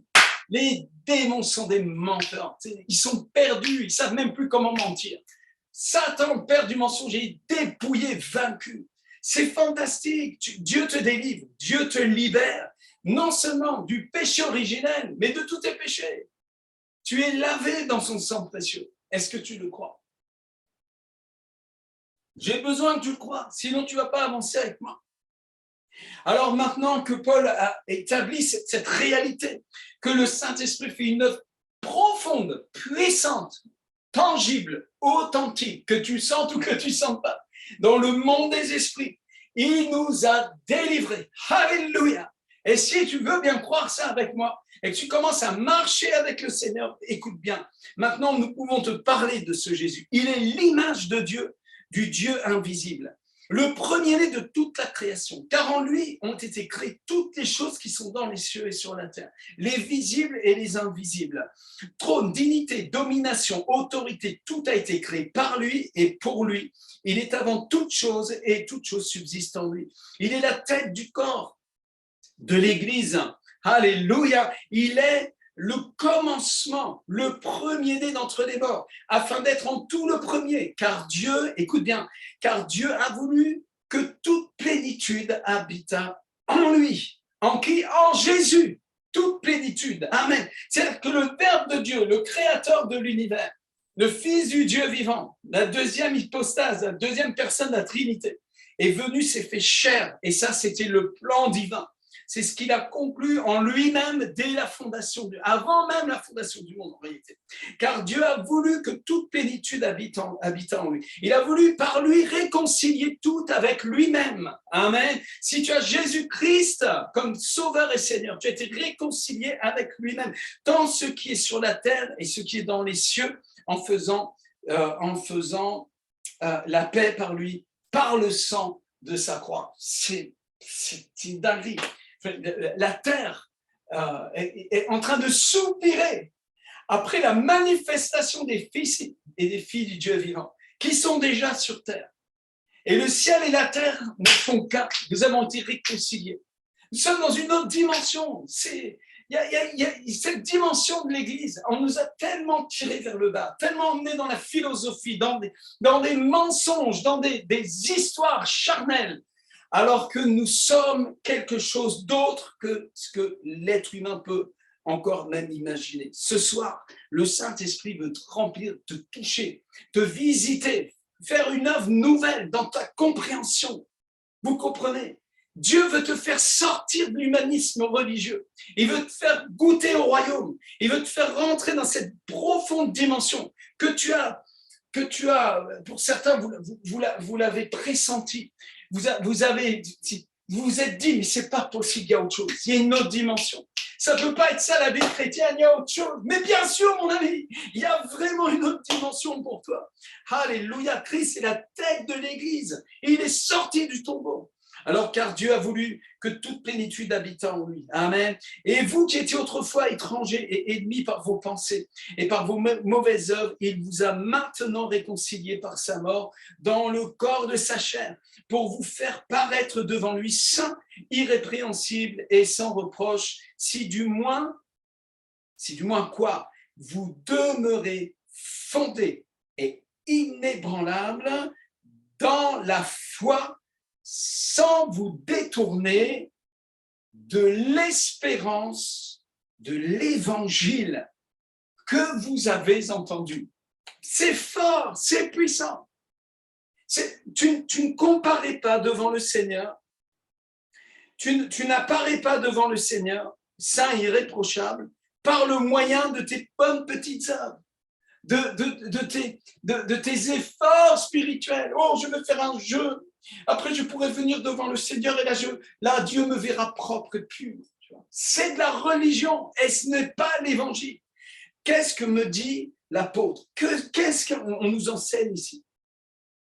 Vous qui autrefois étiez étrangers, ennemis par vos pensées et par vos mauvaises œuvres, il vous a maintenant réconciliés. Il vous a maintenant réconciliés. Toi qui viens d'accepter Jésus-Christ il y a 1 heure, maintenant tu as été réconcilié par sa mort dans le corps de sa chair pour vous faire paraître devant lui. Tu parais devant lui saint, irréprochable. Amen. Irrépréhensible. Tu parais devant lui. Quand nous nous rassemblons, commençons à prier le Seigneur. Nous sommes irrépréhensibles. Pourquoi? Parce que Jésus a fait ça pour toi. Alléluia. Oh, je n'entends pas beaucoup les amen et alléluia, mais c'est peut-être parce que vous ne pouvez pas, parce que j'ai bloqué les micros. Mais je sais que vous êtes dans la joie. Si votre cœur est en train d'être embrasé par cette révélation, mais mon Dieu, l'homme a tellement besoin d'être sauvé. Et sans reproche, il n'y a plus de reproche. Tu t'approches du Père, toi tu es là avec tes reproches. Quand tu te fais des reproches, tu te rapproches de ces mauvaises choses. Mais quand tu viens au Père et tu commences à le louer, lui rendre gloire, le glorifier, rendre des grâces au Père, qui nous a rendus capables d'avoir, mon Dieu, il nous a rendus capables d'avoir part à l'héritage des saints dans la lumière. Oh my God, je suis le temple du Saint-Esprit. Je suis un héritier de Dieu, co-héritier avec Christ. Mais quelle bénédiction! Vous êtes évangélique, vous êtes protestant, vous êtes catholique, je m'en fous. Me parle pas de ces choses-là. Ça n'a rien à voir. Je veux te parler de Jésus. Je veux te parler d'être rempli du Saint-Esprit. Je veux te parler de... Ah, vous êtes pentecôtiste, ferme-la. Je veux te parler que Dieu, tu es aimé du Père. Tellement extraordinaire. Rien à voir avec des philosophies, des religions. Nous, on va sortir on va sortir de ces bandettes religieuses. Vous allez voir, on va vivre quelque chose de fantastique. Les 10 ans qui viennent, on est une génération pour vivre ce que les premiers croyants ont vécu, mais au centuple. Boom fire, vraiment. On n'a jamais vu autant de guérisons, de miracles ces derniers temps. Tous les disciples sont en feu, il y a des guérisons, ça pète le feu. Mais ça, c'est juste des pâquerettes, c'est juste des signes du royaume. Nous ne voulons pas les signes du royaume, nous voulons le roi du royaume. Nous voulons le royaume. Et bonne nouvelle, on l'a. Et surtout, lui nous a. Alléluia. Je suis possédé du Saint-Esprit. Je suis devenu la propriété privée de Jésus-Christ. Si tu n'es pas encore devenu, mon frère, ma soeur, il faut que tu le deviennes. Il faut absolument que tu pries à Dieu. Seigneur, maintenant, je te donne ma vie. Et je veux faire partie de ces gens qui demeurent fondés et inébranlables dans la foi sans se détourner de l'espérance de quoi? De l'évangile que vous avez. C'est cet évangile-là qui progresse. C'est cet évangile qui va grandissant parmi nous, hein, qui porte du fruit. C'est cet évangile de la grâce. C'est une grâce, c'est la grâce. C'est la grâce qui vient du Seigneur. Alléluia! Nous sommes sauvés par la grâce. Oh mon Dieu, c'est merveilleux. Écoute-moi encore. Si du moins vous demeurez fondés, inébranlables dans la foi, sans vous détourner de l'espérance de l'évangile. Mais il y a des gens qui se détournent de l'évangile, ils se détournent de l'espérance de l'évangile, puis ils prient des statues, je ne sais pas ce qu'ils font, des trucs bizarres. Ils font des jeûnes, ils prient toute la nuit. Je vais prier la nuit. Non, arrête de détourner de cette espérance de l'évangile. Tu sais, mais non, mais moi je le fais parce que je crois en Jésus. Calme-toi. S'il te plaît, dirige ta foi maintenant. Arrête de te détourner de l'espérance de l'évangile. Il y a quelqu'un qui est en train de recevoir la révélation. Là. Quelqu'un est en train de comprendre ce que je suis en train de lui dire. Tu sais, la religiosité, c'est une vraie prison terrible. Pour moi, c'est le pire de tous. C'est vraiment le pire parce que ça t'éloigne, ça te fait marcher à côté. Tu penses que tu es dedans et tu es à côté. C'est terrible. Commence à croire maintenant. Sois affermi, sois inébranlable dans ta foi en ce qui concerne l'espérance de l'évangile que vous avez entendu, qui a été prêché à toute créature sous le ciel et dont moi, Paul, j'ai été fait ministre. Amen. Donc c'est pour ça que moi je veux bouffer du polo. Moi je bouffe du polo, je veux ce que cet homme il avait. Si ces mouchoirs étaient capables de guérir les malades, à plus forte raison, ces enseignements peuvent me délivrer, me sauver et faire de moi quelqu'un qui est véritablement dans le même héritage que lui. Non, ça vous intéresse ou pas? Ou vous préférez la religion encore? Non. Moi, je veux ce qu'il y avait cet homme-là. Paul lui-même, qui était un extrémiste religieux, a considéré toute sa religion comme de la boue à cause de l'excellence de la connaissance du Fils de Dieu. Connaître Jésus, c'est connaître sa vision. Connaître Jésus, c'est connaître son cœur qui bat pour les nations. Connaître Jésus, c'est connaître aussi la dimension du Fils vis-à-vis du Père. Et comment le Père aime le Fils. Et l'amour qui est dans le Père, et entre le Père et le Fils, qui est déversé dans nos cœurs par le Saint-Esprit. Connaître Jésus-Christ, connaître Christ dans sa mort et dans sa résurrection. Alléluia, je me réjouis maintenant dans mes souffrances pour vous. Mais t'es un malade, toi. Il est content de souffrir, lui. Oui, il y a quelque chose dans la vie de cet homme qui fait qu'il se réjouit des souffrances de la guerre spirituelle, des souffrances de l'enfantement. Alléluia. Et ce qui manque aux souffrances de Christ, je l'achève en achève pour son corps qui est l'Église. Ce mec-là, il s'est donné pour les autres. Il a donné sa vie en sacrifiant libation. Et Dieu appelle un peuple d'hommes, de femmes qui se donnent de la même manière parce qu'ils sont tombés littéralement amoureux de lui. C'est d'elle que j'ai été fait ministre selon la charge que Dieu m'a donnée auprès de vous, afin que j'annonçasse pleinement la parole de Dieu, le mystère caché de tout temps et dans tous les âges, mais révélé maintenant à ses saints, à qui Dieu a voulu faire connaître quelle est la glorieuse richesse de ce mystère parmi les païens. Savoir quoi? Christ en vous, l'espérance de la gloire. Christ en vous, c'est quelque chose de... C'est trop.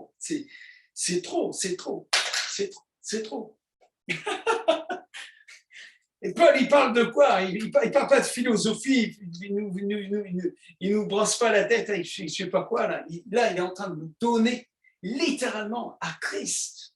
Christ en moi, l'espérance de la gloire. C'est fantastique. Lève tes mains dans la présence du Seigneur.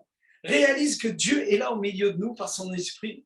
Le Saint-Esprit est en train d'agir ce soir. On avait un rendez-vous. Je voulais mes 144, les 12 de mes 12. Je voulais les 70 aussi, tous les hommes, toutes les femmes de Dieu, tous les chrétiens, tous ces gens qui ont eu un appel sur leur vie. Peut-être ils sont partis un peu dans le décor. Et le Seigneur veut te ramener littéralement dans le feu liquide, dans le feu de l'Esprit, dans la marche de l'Esprit, d'être dans le Seigneur. Ce soir, Dieu est en train d'agir puissamment. Il fait des pensées captives à Christ. Amen. Que tu deviennes obéissant à Christ. C'est d'elle que j'ai été fait ministre. Donc, il s'assoit dans son ministère. Il n'a pas honte de dire, je suis un pasteur, je suis un apôtre, je suis là pour servir le Seigneur. Dieu m'a appelé pour ça. Et il fait son ministère. Mais ce qui est important, ce n'est pas lui ni son ministère, mais ce qui est important, il le souligne, c'est afin que nous connaissions la glorieuse richesse de ce mystère et qui est répandu parmi les païens. Savoir Christ en nous, l'espérance de la gloire. C'est lui que nous annonçons. Amen. C'est lui que nous annonçons. Alléluia. Quand nous parlons de la vision, quand nous parlons de faire des disciples, quand nous parlons d'exercer la foi pour la guérison, pour les miracles, tout ça, etc. C'est comme vous montrer la caisse à outils. Voici la caisse à outils, voilà, il y a la clé à molette, tout ça, etc., etc. Mais la caisse à outils, c'est que la caisse à outils. Moi, je veux te parler du patron. Alléluia. Je veux te parler du Père Céleste qui nous a envoyés pour faire ce ministère-là. Amen. Et là, nous parlons maintenant de Jésus-Christ. Nous vous annonçons le Fils du Dieu vivant. Il est le Verbe éternel qui a créé l'univers tout entier, qui a créé les étoiles, qui a créé l'être humain et qui est venu mourir sur la croix, payer le prix de notre rachat. Et par son sang précieux, nous avons été sauvés, nous avons été pardonnés, purifiés, nettoyés, délivrés. Et nous comparaissons devant le Seigneur, irrépréhensible par le vêtement de sa propre justice. Il nous a imputé la justice par le moyen de la foi. Si tu crois cela, tu es sauvé. Si tu crois que Jésus-Christ est le Fils du Dieu vivant, qu'il est mort et ressuscité pour tes péchés, tu le crois vraiment, qu'il est la rédemption pour toi, qu'il est le sacrifice offert par Dieu lui-même pour ton salut, que ce sang-là a suffi pour ton rachat. Et pourquoi on devrait y rajouter quelque chose? Parce que c'est une insulte de vouloir rajouter quelque chose au sacrifice de Jésus. Je me donne, j'ajoute à ce qui manquait à la souffrance, mais le rachat, c'est le sang lui-même qui l'a opéré. Amen. Ce sang précieux t'a parfaitement racheté et pour l'éternité. Et parce que tu as douté de cela, tu as été embarqué dans plein d'affaires, plein de découragements, plein de trucs bizarres. On t'a roulé, on t'a arnaqué. Le sang de Jésus t'a racheté. Écoute bien, quand ils ont pris les 30 pièces d'argent dans le trésor pour le donner à Judas, et Judas après s'est repenti, il a ramené les 30 pièces. Les religions ont dit non, on ne peut pas remettre ces 30 pièces-là, cet argent-là dans le trésor du temple, parce que c'est l'argent du sang. Eux-mêmes, ils ont prophétisé. Tout d'un coup, cet argent était devenu l'argent du sang. Après, ils ont dit, on va acheter un terrain, le champ du potier, là, pour les étrangers. Et du coup, le champ du potier a changé de nom et il s'est appelé le champ du sang. Écoute-moi très, très bien. Quand tu parles avec un chrétien, tu es en train de parler avec un enfant du sang. Amen. Que je suis en train de te parler depuis les bureaux du sang de Jésus. Je suis en train de t'annoncer le sang. Je t'annonce la puissance du sang qui change le nom des gens, des choses. Il change la nature. Quand le sang de Jésus touche quelque chose, ça bouleverse tout, ça change tout. Il absorbe la malédiction. Le sang de Jésus a le pouvoir. Il a détruit les ténèbres. Il a détruit les ténèbres. Il a détruit les ténèbres. Est-ce que tu le crois? J'ai besoin que tu le crois avec moi. Parce que ça, c'est la vérité. C'est par la foi, c'est par le moyen de la foi que ces choses se produisent. C'est lui que nous annonçons, exhortant tout homme et instruisant tout homme en toute sagesse, afin de présenter à Dieu tout homme devenu parfait en Jésus-Christ. C'est notre but, que vous deveniez parfait en Jésus-Christ, c'est-à-dire que votre foi ne vacille plus quand vous vous tournez vers le Père, mais que vous soyez convaincus d'amour, convaincus de justice, que vous avez été justifiés, enfin juste. Plus besoin d'essayer de prouver à Dieu que vous êtes une bonne personne. Nous le savions que vous n'étiez pas une bonne personne à la base, puisque vous aviez besoin d'être sauvés. Et Dieu a ouvert les cieux pour vous. Le sang de Jésus a ouvert le chemin, une route nouvelle et vivante, au travers de son sang précieux, au travers du voile déchiré, que son corps qui a été crucifié pour toi, mon frère, ma soeur. Quand tu as été baptisé, tu n'as pas été baptisé dans de l'eau, tu as été baptisé dans la mort de Jésus et sa résurrection. C'est un miracle. C'est le plus grand des miracles. C'est le seul miracle, en fait. En réalité, c'est le seul miracle. C'est le vrai miracle. Amen. Alléluia. Alors c'est à quoi je travaille en combattant avec sa force qui agit puissamment en moi. Est-ce que vous êtes encore un petit peu avec moi? Allez, encore un petit peu.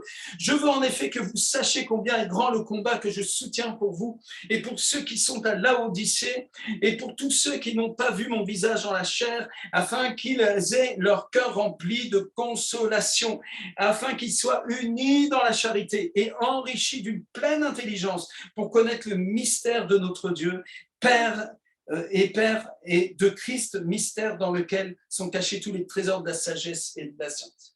Paul avait conscience que son ministère était en train de grandir et que des disciples avaient fait des disciples. Et il y avait des églises qui n'avaient même pas vu son visage, qui étaient rattachées à son apostolat. Parce que cet homme faisait la vision et il a envoyé des disciples faire des disciples et les disciples des disciples étaient rattachés par le cœur, par l'alliance du sang. Ça, c'est vraiment fort. Ça, c'est fort. C'était pas ils étaient étrangers d'une certaine manière parce qu'ils n'avaient pas vu son visage, mais ils étaient un dans l'esprit parce qu'ils étaient nés de nouveau et ils étaient dans ce mouvement de la vision de Jésus. Alléluia, ça c'est vraiment fort. C'est comme ça que le Seigneur travaille. Dieu travaille comme ça.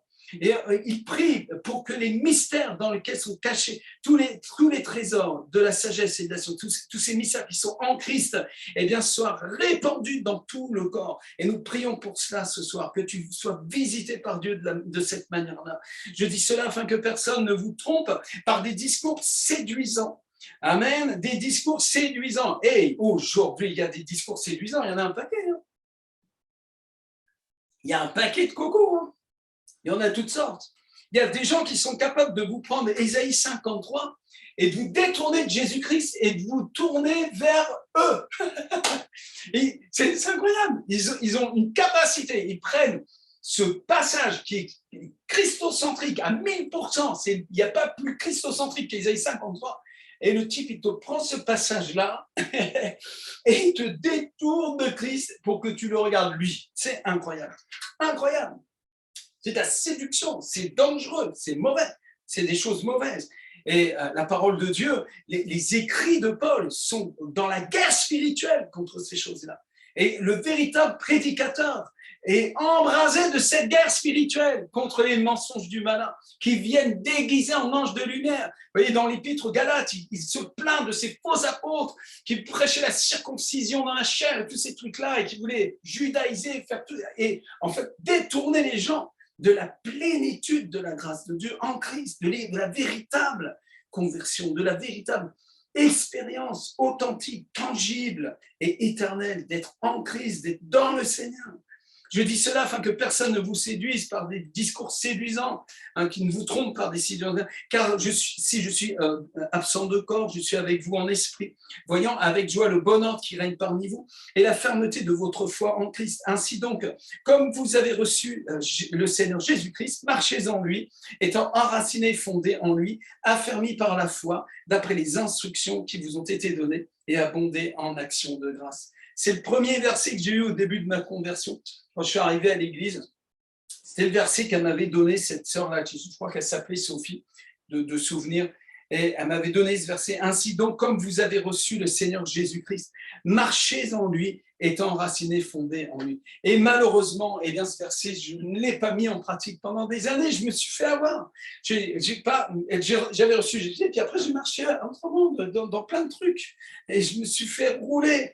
Mais aujourd'hui, nous marchons en lui, et nous sommes enracinés, nous sommes fondés en lui. Nous prêchons à propos de Jésus-Christ, de la vision de Jésus-Christ. Nous faisons l'œuvre de notre Père en Jésus-Christ. En fait, nous sommes son ouvrage en Jésus-Christ. Alléluia. Étant enracinés, fondés en lui, affermis par la foi. Alléluia. Et d'après les instructions qui vous ont été données, abondez en actions de grâce. Alors, les actions de grâce, elles explosent dans nos cœurs. Tellement on vit des choses extraordinaires avec le Seigneur. La mission est excitante quand nous vivons dans ce feu liquide de la présence de Dieu. Recevez quelque chose de nouveau, recevez un vin nouveau, recevez une nouvelle dimension dans l'esprit du Seigneur. Vous avez besoin d'être libérés. Il y a comme des peaux dégueulasses qui doivent sortir là, comme le vieil homme qui doit être dépouillé. Dépouille-moi ce vieil homme et marche en nouveauté de vie, marche dans la grâce de Dieu, marche dans la liberté glorieuse des enfants de Dieu. Alléluia. Alléluia, merci Seigneur. Ainsi donc, comme vous avez reçu le Seigneur Jésus-Christ, comment vous l'avez reçu? Vous l'avez reçu par miracle, vous l'avez reçu par le Saint-Esprit, vous l'avez reçu avec simplicité de cœur, vous l'avez reçu, vous avez invoqué son nom. Pour certains, vous avez eu une rencontre avec lui. J'en connais un qui courait, il faisait du sport, et tout d'un coup, broum, il a reçu une rencontre, et il s'est mis à pleurer, il a senti l'amour de Dieu pour lui, il a compris que Jésus-Christ était le Sauveur, le Fils du Dieu vivant. Tant de témoignages que comme vous l'avez reçu, eh bien, continuez maintenant à marcher en lui dans la simplicité. Alléluia, merci Seigneur, abondez en action de grâce. Prenez garde que personne ne fasse de vous sa proie par la philosophie et par une vaine tromperie. Paul était en train de prêcher au cœur ça faisait plusieurs siècles déjà que voilà, les Grecs, tout ça, ils étaient imprégnés de philosophie. Et notre société est imprégnée de philosophie, le siècle des Lumières, on se vante de toutes ces choses qui sont que ténèbres. Nietzsche qui dit que Dieu est mort. Lequel des deux est mort entre les deux à cette affaire-là? N'importe quoi. Jésus est vivant. Il a vaincu la mort. Mais ce n'est pas une philosophie, c'est une personne vivante. C'est pour ça que Jésus a dit que le royaume des cieux appartient aux enfants, à ceux qui leur ressemblent, que nul ne peut entrer dans le royaume s'il ne revient comme un petit enfant. Une fois que tu es entré dans le royaume, tu grandis et puis tu deviens un père, tu deviens une mère, un maître dans le Seigneur, où Dieu te révèle les trésors, il t'établit comme un fils dans la maison, pas comme un esclave. Ce n'est pas un esprit de crainte que nous avons reçu, un esprit d'esclavage pour être encore dans la crainte, mais c'est un esprit d'adoption par lequel nous crions Abba Père, un esprit d'adoption que nous avons reçu. C'est fantastique, il nous a adoptés en lui, il n'a pas fait de nous des chrétiens, c'est le monde qui nous a appelés chrétiens. Il a fait de nous ses fils d'amour, ses filles d'amour. Recevez l'amour de Dieu ce soir. Reçois cette tendresse de Dieu. Prenez garde que personne ne fasse de vous sa proie par la philosophie, par une vaine tromperie, s'appuyant sur les traditions des hommes, sur les rudiments du monde et non sur Christ. Mon Dieu, tant de traditions religieuses. Et nous sauf tous, tout le monde s'est fait avoir. Tout le monde est allé dans ces affaires-là. Et on s'est fait rouler, mais c'est pas grave. Hein. Jésus a dit, celui qui croira, même s'il boit quelques breuvages d'antenne, il fera point de mal, tu as peut-être bu des mauvaises doctrines, et Dieu est en train de te libérer de ça, et tu rentres dans la liberté glorieuse des enfants de Dieu. Recevez, recevez, recevez. Prenez garde que personne ne fasse de vous sa proie. Vous voyez, quand on fait la vision, on n'est pas en train de faire des proies, on n'est pas en train d'attraper les gens, puis après les contrôler, puis mes disciples, être religieux avec eux, puis les contrôler. C'est mauvais, c'est pas comme ça. Ça, c'est pas le royaume de Dieu. Là où est l'esprit du Seigneur est la liberté. Alléluia. Donc, nous libérons les gens. Nous les faisons grandir, nous les encourageons, nous les défions à aller plus loin, plus haut avec le Seigneur. Amen. Nous souffrons les douleurs d'enfantement jusqu'à ce que Christ soit formé en eux. Christ glorieux, Christ ressuscité, Christ merveilleux, Christ roi de gloire, Christ qui s'est mis à genoux, qui a lavé les pieds de ses disciples. Amen. Regarde, allez, on continue. Restez encore un petit peu avec moi, j'ai presque fini, on va prendre un temps de prière. J'aime la parole. Vous savez, des fois on prend le truc là, vite fait, tac, tac. Allons, gratte avec moi un peu plus. Il y a tellement. Vous avez tout pleinement en lui. Hein. Car en lui habite corporellement toute la plénitude de la divinité. Vous voulez... Je sais pas à quoi vous êtes intéressé dans la vie, en fait. Vous êtes intéressé à quoi? Il y a des gens qui sont là, ils veulent se marier, ou alors ils sont là, c'est leur compte en banque, leur petite gloriole, les likes sur Internet, je sais pas. À quoi tu t'intéresses? Ce soir, je te propose de changer de programme et t'intéresser à la divinité. Intéresse-toi au Dieu vivant. Et toute la divinité est en Christ. Intéresse-toi, Seigneur. Que tout ton cœur maintenant l'adore. Tu aimeras le Seigneur ton Dieu de tout ton cœur, de toute ton âme, de toute ta force. Oh, que ton cœur soit embrasé d'amour pour lui. Toute la plénitude de la divinité est en Christ. Vous avez tout pleinement en lui. Vous avez tout. Vous avez tout pleinement en lui. Toute la bénédiction de Dieu, toute la réalité du ciel, la puissance qui a créé l'univers, tout est en lui. Amen. Vous avez tout pleinement en lui, qui est le chef de toute domination, de toute autorité. Hein, c'est en lui que vous avez été circoncis d'une circoncision que la main n'a pas faite, mais de la circoncision de Christ, qui consiste dans le dépouillement du corps de la chair, ayant été ensevelis avec lui par le baptême, vous êtes aussi ressuscités en lui et avec lui par la foi en la puissance de Dieu. Alléluia. Oh, je crois que depuis tout à l'heure, le Seigneur est en train de taper avec son marteau et il enfonce le coin jusqu'à ce que ça craque et que quelque chose se produise dans le cœur de quelqu'un. Il nous demande de croire en la puissance de Dieu, qu'il a ressuscité des morts. Oh my God! Alléluia! Dimanche soir, quand j'étais en train de chanter à propos du sang de Jésus, j'ai goûté cette puissance qui m'a traversé. Ça avait un goût d'éternité. Je n'ai pas de mots pour vous expliquer. C'était d'une dimension, c'était vraiment magnifique, merveilleux. J'avais qu'une seule envie, frères et sœurs. J'avais tout oublié. Ma femme, mes enfants, tout était parti. Je voulais être au ciel pour l'éternité. J'étais visité d'un train de gloire. Un train de gloire m'a traversé, un TGV du ciel. Je suis tombé par terre. J'ai goûté la bonté de Dieu.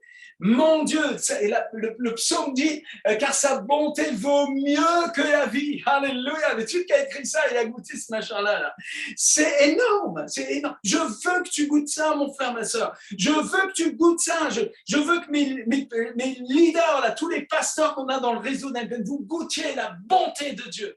Que vous ayez une ivresse dans son amour. Que vous receviez cette puissance-là magnifique.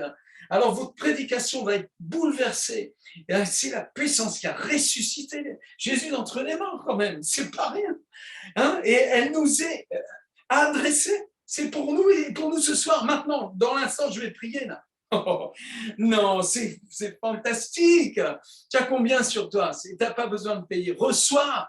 C'est par la grâce de Dieu. Le seul truc que je te demande, c'est de le croire. Vous qui étiez morts par vos offenses et par l'incirconcision de votre chair, il vous a rendu à la vie avec lui, hein, en nous faisant grâce pour toutes nos offenses. Écoute-moi, souviens-toi pour les chrétiens, puis ceux qui ne sont pas chrétiens, peut-être m'ont regardé, ils disent, ce mec-là, il est à moitié fou.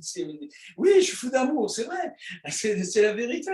Mais quand je suis arrivé dans le royaume de Dieu, juste devant la porte d'entrée, mais j'étais un pire clochard, mais je puais la mort. J'étais détruit, j'étais plein de péchés, je méritais d'aller en enfer en première classe. Vous comprenez, j'ai rien apporté à cette porte-là. Quand je suis arrivé à la porte, on m'a pris par la main, viens ici, c'est la porte, il s'appelle Jésus, invoque son nom. Tu sais l'histoire d'Ali Baba et les 40 voleurs, hein? Je ne sais plus c'est quoi le truc, Ali Baba et les 40 voleurs, il dit une phrase, j'ai oublié cette phrase-là, une phrase magique, et puis tout d'un coup, ça s'ouvre, et puis là, il se retrouve le trésor de Bercy, tu vois, avec les diamants, tout ça. Hein, c'est marrant, ce film-là. Les plus jeunes, peut-être vous ne connaissez pas, peut-être vous connaissez l'histoire, mais vous n'avez peut-être pas vu le film, c'est ça. Ali Baba et 40 voleurs avec, comment il s'appelait mince, j'ai oublié son nom aussi. Allez, bon, non, c'était Fernandel. C'était Fernandel qui était là avec toute son excitation d'ouvrir cette porte-là. Et voilà, quand je suis arrivé devant le royaume de Dieu, eh bien, je n'avais rien sur moi. J'avais que dalle. Et il est venu et il m'a sauvé, glorieusement. Je n'ai pas eu à faire une incantation magique. J'ai simplement parlé à Jésus. J'ai dit, Jésus, si tu existes, je te demande pardon pour mes... Je n'ai pas eu fini ma phrase que j'étais entré dans le royaume. Tout d'un coup, j'ai réalisé qu'il était vivant. Je suis né de nouveau ce jour-là. Il y a 37 ans, j'ai été touché par cette grâce. Je ne la méritais pas. Aucune capacité de la mériter. Et ce soir, pourquoi tu veux encore mériter cette grâce? Pourquoi tu veux essayer de maintenant la mériter? Tu ne la mériteras pas. En fait, de vouloir mériter la grâce, c'est essayer de repousser le ministère de la croix.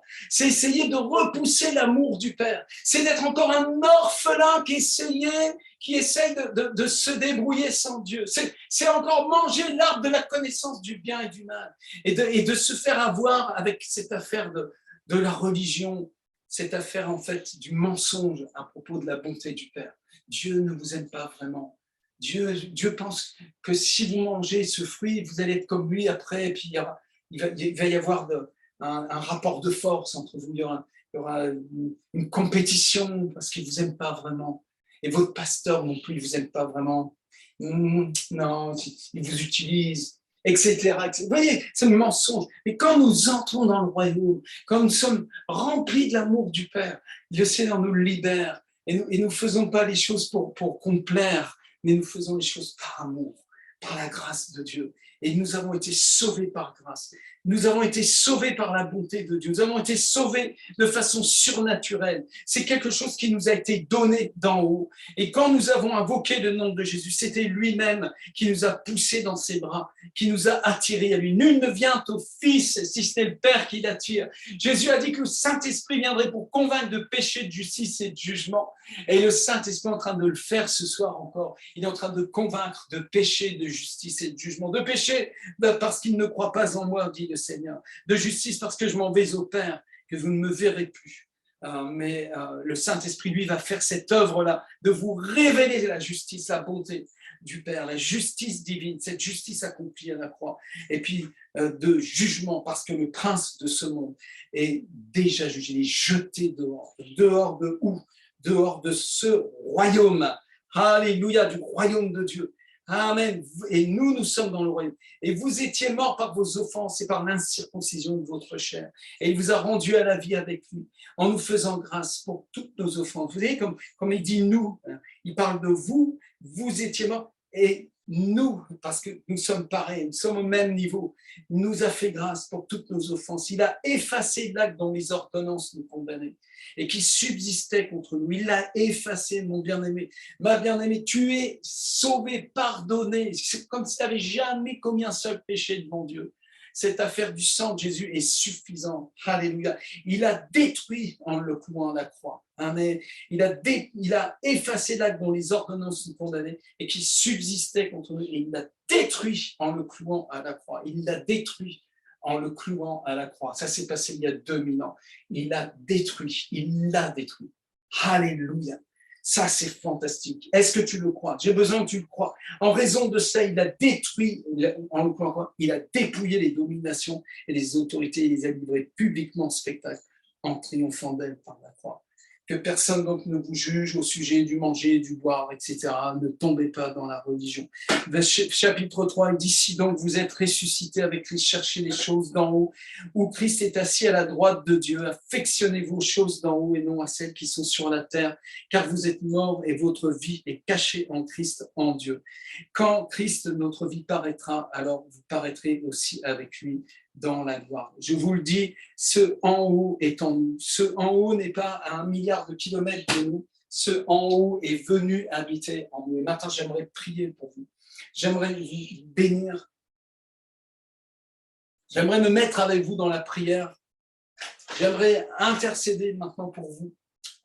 Ensemble, tenons-nous maintenant dans la prière. Père, au nom puissant de Jésus, je te rends grâce pour cette lettre que l'apôtre Paul a écrite à l'Église, au monde entier. Et nous avons cette lettre dans notre Bible et nous l'avons lue tellement de fois de façon superficielle. Et ce soir encore, j'ai conscience que nous n'avons fait qu'égratigner, gratter un petit peu le lingot d'or. On a juste enlevé un copeau. On n'a pas encore vu la mine. On n'a pas encore vu les profondeurs dans la mine, Seigneur. Seigneur Dieu, roi de gloire, merci pour ton sacrifice. Merci pour le don de ta vie à la croix. S'il y a quelqu'un ce soir qui est en train de m'écouter sur Facebook ou qui écoute sur le Zoom ou par la suite cet enregistrement sur YouTube et tu n'as jamais invoqué le nom du Christ, le nom de Jésus-Christ pour ton salut, eh bien fais-le avec moi maintenant. Pose ta main sur ton cœur et invite maintenant Jésus comme ton sauveur et Seigneur. Dis, je te demande pardon, Seigneur. J'ai été rebelle, j'ai ouvert la porte au diable, j'ai fait n'importe quoi de ma vie. J'ai voulu mourir, j'ai voulu tuer, j'ai gardé la méchanceté dans mon cœur. Confesse tes péchés au Seigneur ce soir, demande pardon. Et alors que tu es en train d'invoquer ce merveilleux nom, le nom de Jésus, tu es en train d'être sauvé. Alléluia, parce que Dieu t'aime.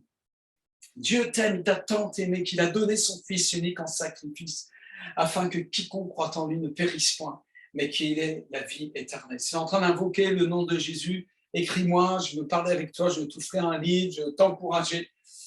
On va t'inscrire à l'école de consolidation, tu vas pouvoir être formé dans la parole, dans la saine doctrine, et on veut faire de toi un disciple du Christ. J'aimerais prier maintenant pour les enfants de Dieu, les chrétiens qui ont marché à cloche-pied, tu sais, un peu la foi et un peu la religion.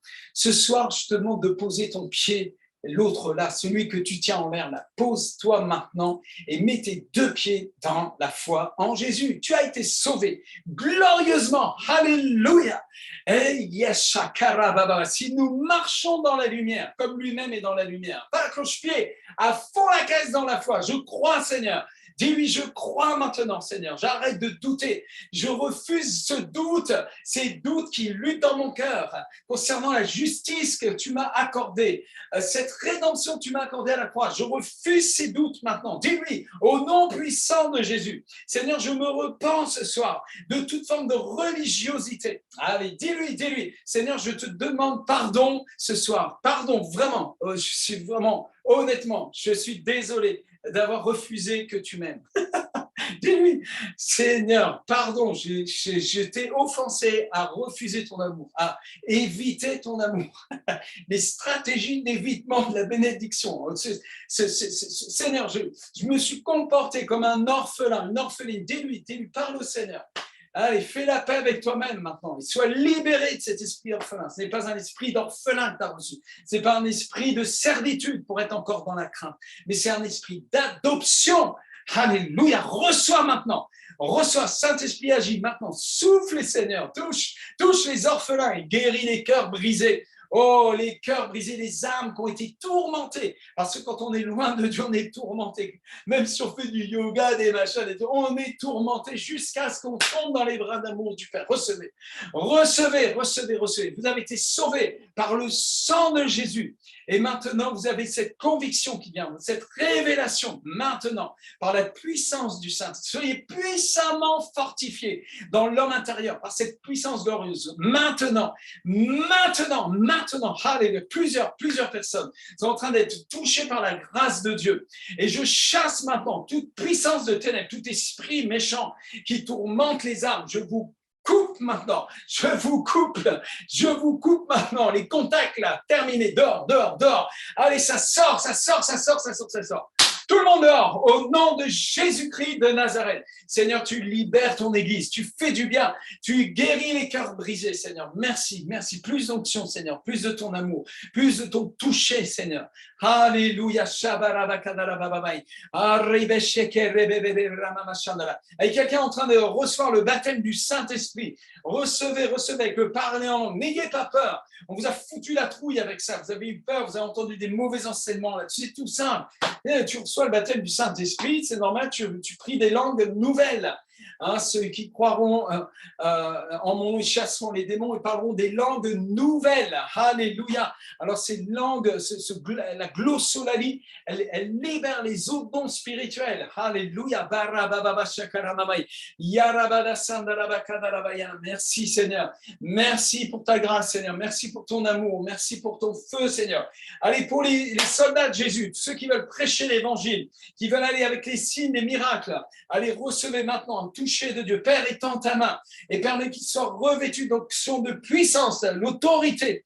Seigneur, révèle cette autorité, révèle en eux cette autorité, révèle en eux Christ, Seigneur, Christ à la stature parfaite, Seigneur. Alléluia, merci Saint-Esprit. Allez, vous n'avez pas encore commencé à faire l'œuvre du Père qui est d'amener la preuve de la résurrection. Jésus a mené des preuves de la résurrection. En prêchant la parole, il guérissait les malades, il ressuscitait les morts, il ouvrait les yeux des aveugles. La première fois que j'ai vu un aveugle guéri, même mes yeux ne voulaient pas le croire, j'en croyais pas mes yeux, moi. Alléluia, quand j'ai vu des sourds être guéris, Dieu, moi, c'est pas mes mains qui ont fait ça, c'est sûr et certain. C'est la puissance du Saint-Esprit. Recevez un toucher de Dieu. Maintenant, sur Facebook, sur YouTube, sur Zoom, recevez la puissance de Dieu agit. Le Saint-Esprit agit. Alléluia. J'ai prêché l'évangile du royaume. J'ai annoncé la bonne nouvelle de Jésus-Christ. Et le Saint-Esprit confirme cette parole. Maintenant, il y a une personne qui a une douleur dans la hanche et qui est en train d'être guérie. Cette douleur part maintenant. Vous pouvez faire des gestes, des mouvements que vous faisiez avant, vous aviez la douleur est complètement partie et elle ne reviendra pas. Dans le nom puissant de Jésus, Saint-Esprit, tu agis encore. Tu agis, Seigneur, en profondeur. En profondeur. Ce soir, le message que j'ai donné n'est pas tellement pour la guérison physique. Il est pour que l'axe de l'âme soit redressé et aligné avec la bonne nouvelle du royaume. Que vous deveniez des croyants enracinés, fondés en Christ qui est en vous. Que vous soyez véritablement dans le shalom, dans la paix du Seigneur, dans la grâce du Seigneur Jésus. Que l'amour de Dieu, la grâce du Seigneur Jésus et la communion du Saint-Esprit soient avec vous tous. Désolé, j'étais un petit peu plus long que prévu, mais c'était tellement bon. J'espère en tout cas que vous avez goûté la même chose que moi. Et on se retrouve très, très bientôt avec tous les programmes qui sont en train de se faire dans toutes les maisons de prière, dans toutes les cellules, et on est en train de se multiplier jusqu'aux extrémités de la terre. Bénédiction.